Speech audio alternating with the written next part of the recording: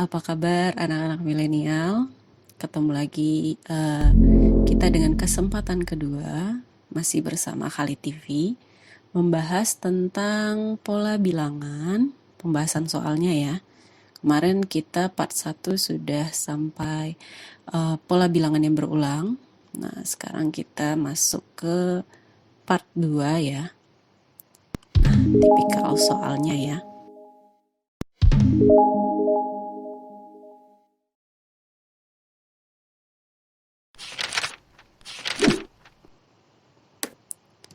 Nah, untuk part 2 ini kita akan membahas tentang menentukan angka satuan pada bilangan tertentu. Biasanya bilangannya bilangan berpangkat, nanti juga ada beberapa tentang barisan dan deret, aritmatika juga geometri.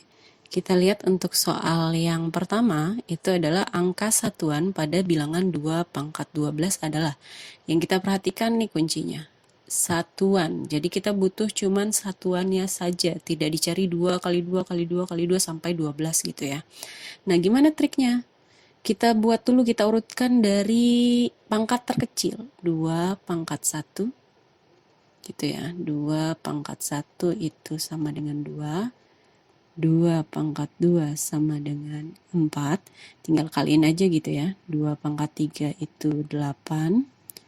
2 pangkat 4 itu 16. Nah, kita pindahin ke sebelah. 2 pangkat 5 itu 32. 2 pangkat 6, 64. 2 pangkat 7, 128.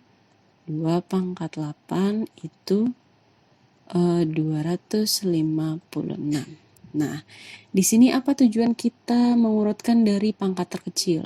Karena kita mau menemukan polanya. Seperti yang pertama kan kita belajar pola bilangan ya. Berarti setiap soal itu ada polanya. Ini ada 2, 4, 8, 6. 2, 4, 8, 6. Nah, kelihatan ya polanya. Berarti dia berulangnya setiap berapa angka? Setiap 4 angka. Jadi berulang setiap 4 angka dia ulang lagi gitu ya. Berarti kita tinggal cari nih pangkatnya ini 12, tinggal kita bagi 4. Kenapa? Seperti sebelumnya, karena ada 4 angka yang berulang. 12 dibagi 4 berapa? 3. Ada sisanya nggak? Tidak ada sisa. Kalau tidak ada sisa, berarti jawabannya urutan berapa coba? Urutan terakhir. Jadi kalau sisanya 1 kan biasanya urutan pertama, sisa 2 berarti urutan kedua. Kalau nggak ada sisa gimana?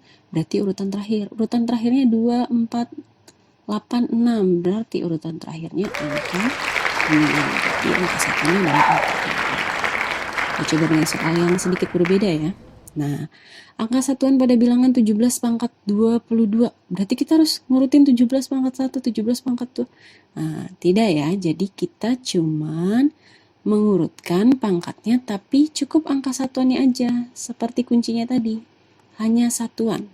Berarti yang kita perhatikan cuma 7. Berarti 7 pangkat 1.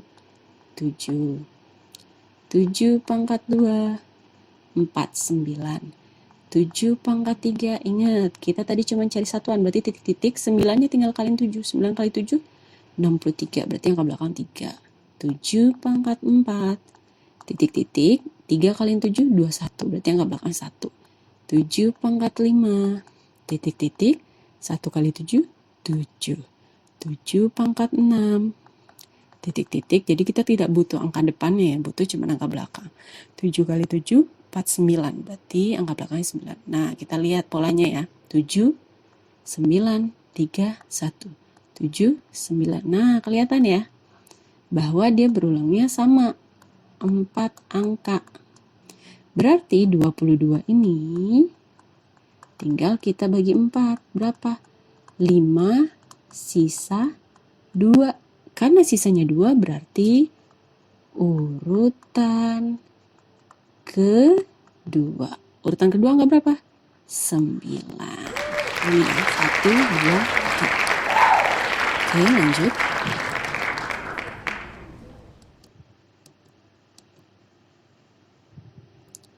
Kita lanjut. Nah, tadi kita sudah membahas yang jenis C-nya, sekarang kita yang D, jenis terakhir ya.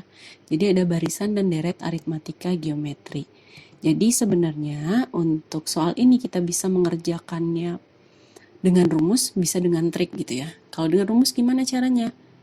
Kalau masih ada yang ingat, rumus suku ke N. Rumus suku ke N itu kalau untuk aritmatika, rumusnya itu UN sama dengan A plus N kurang 1 kali B. A itu apa? A itu awal, berarti suku pertama. Suku pertama itu angka 8. Tambah N kurang 1 kali B. B itu apa? Nih, beda antar suku. Ini berapa bedanya? 8 ke 12 tambah 4. 12 ke 16 tambah 4. Berarti bedanya 4. Positif, nggak usah ada negatifnya ya. Nah, berarti 8 tambah 4 kali N, 4N gitu ya. 4 kali min 1, min 4. Nah, ini kita bisa nih, 8 sama min 4. 8 kurang 4, 4. Berarti rumusnya 4N tambah 4. Nah, gimana caranya kalau nggak pakai rumus? Nah, kita lihat di sini. 8 ke 12 tambah 4. 12 ke 16 tambah 4. Berarti semuanya sama nih, penambahan 4. Jadi kalau aritmatika itu cenderung dia penjumlahan atau pengurangan, angkanya biasanya sama semua, konstan gitu ya, nggak berubah-berubah. Karena dia bedanya itu 4, berarti rumusnya itu 4N gitu ya. Kenapa rumusnya 4N? Karena bedanya 4. Kalau bedanya 3, berarti rumusnya 3N. Nah, setelah kita menentukan rumusnya apakah 4N, apakah 2N, setelah itu kita lihat angka awalnya harus sama dengan rumusnya. Ini rumusnya 4N, berarti angka awalnya harusnya 4.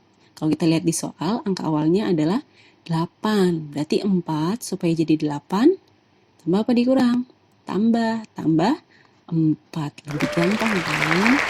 Nah, jadi aritmatika itu juga bisa kalau kita menghitung suku tidak menggunakan rumus juga nggak apa-apa. Yang penting tahu triknya gitu ya.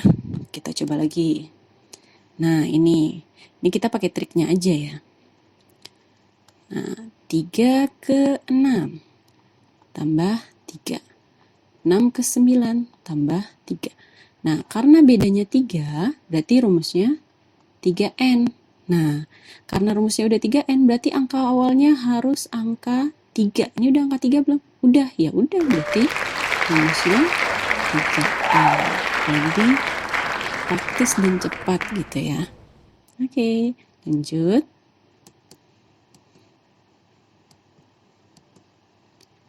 Nah, kalau yang tadi kita menentukan rumus, sekarang kita menentukan pola atau suku ke-20-nya. Kalau kita pakai rumus boleh, tadi berarti kalau kalian pakai rumus itu rumusnya UN A plus N kurang 1 kali B gitu ya. Tapi supaya kita misalkan mau ngelancarin, kita cari dulu rumusnya kayak tadi. 4 ke 8 tambah 4. 8 ke 12 tambah 4. Berarti rumusnya 4N. Nah, angka awalnya udah angka 4 belum? Udah, ya udah berarti rumusnya 4N. Karena kita mau cari yang ke-20, berarti N-nya tinggal ganti 20. 4 kali 20. Sama dengan 20. Cukup gampang ya. Kita bisa lanjut.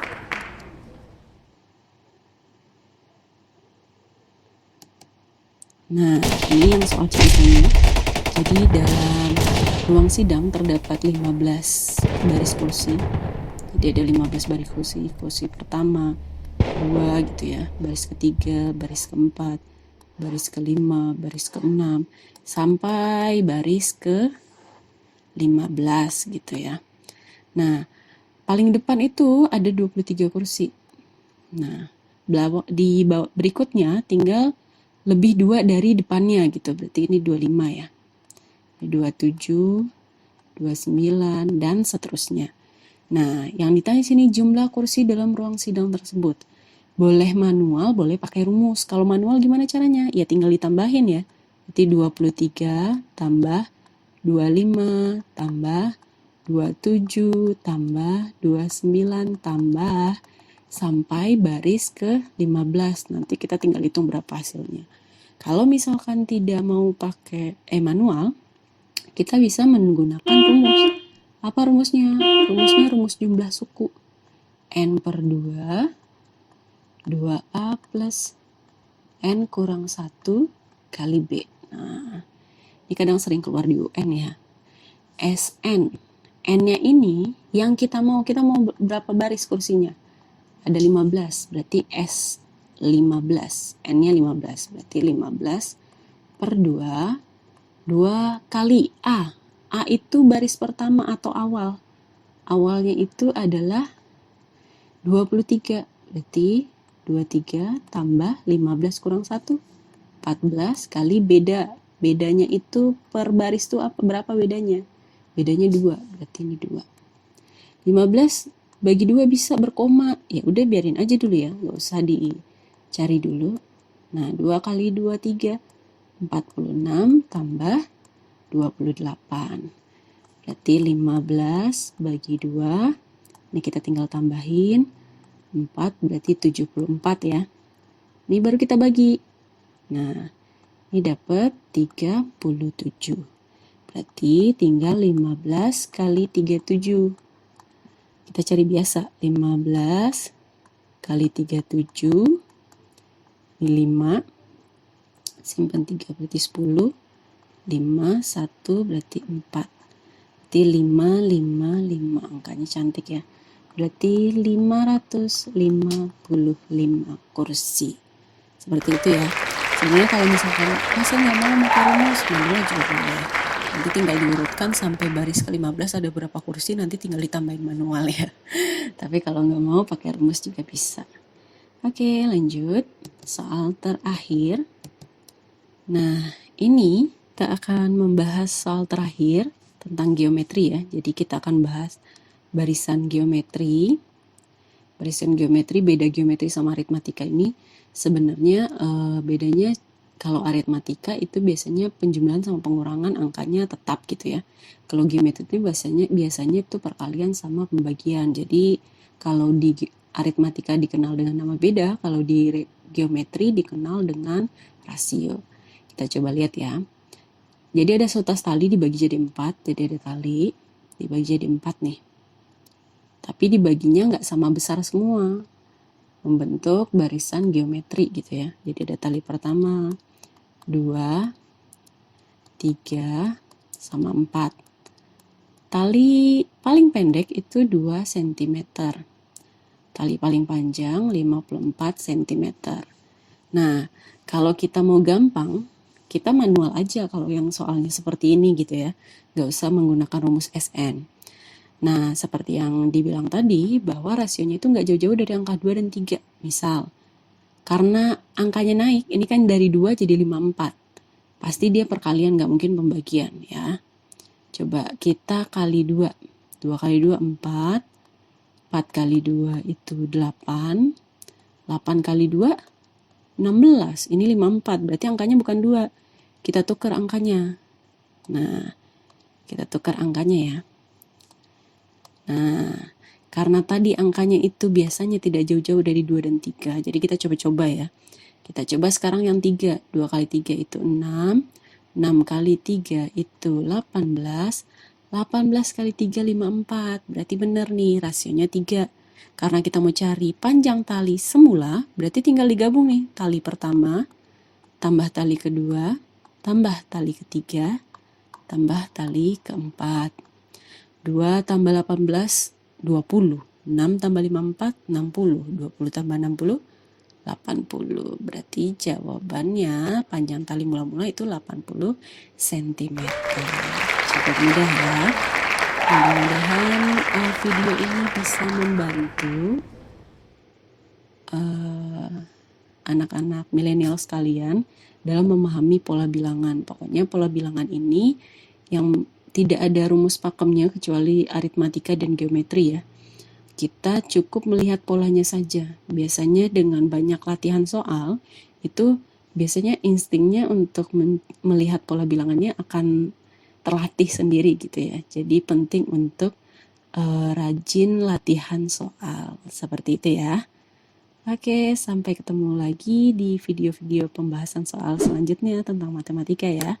Assalamualaikum warahmatullahi wabarakatuh.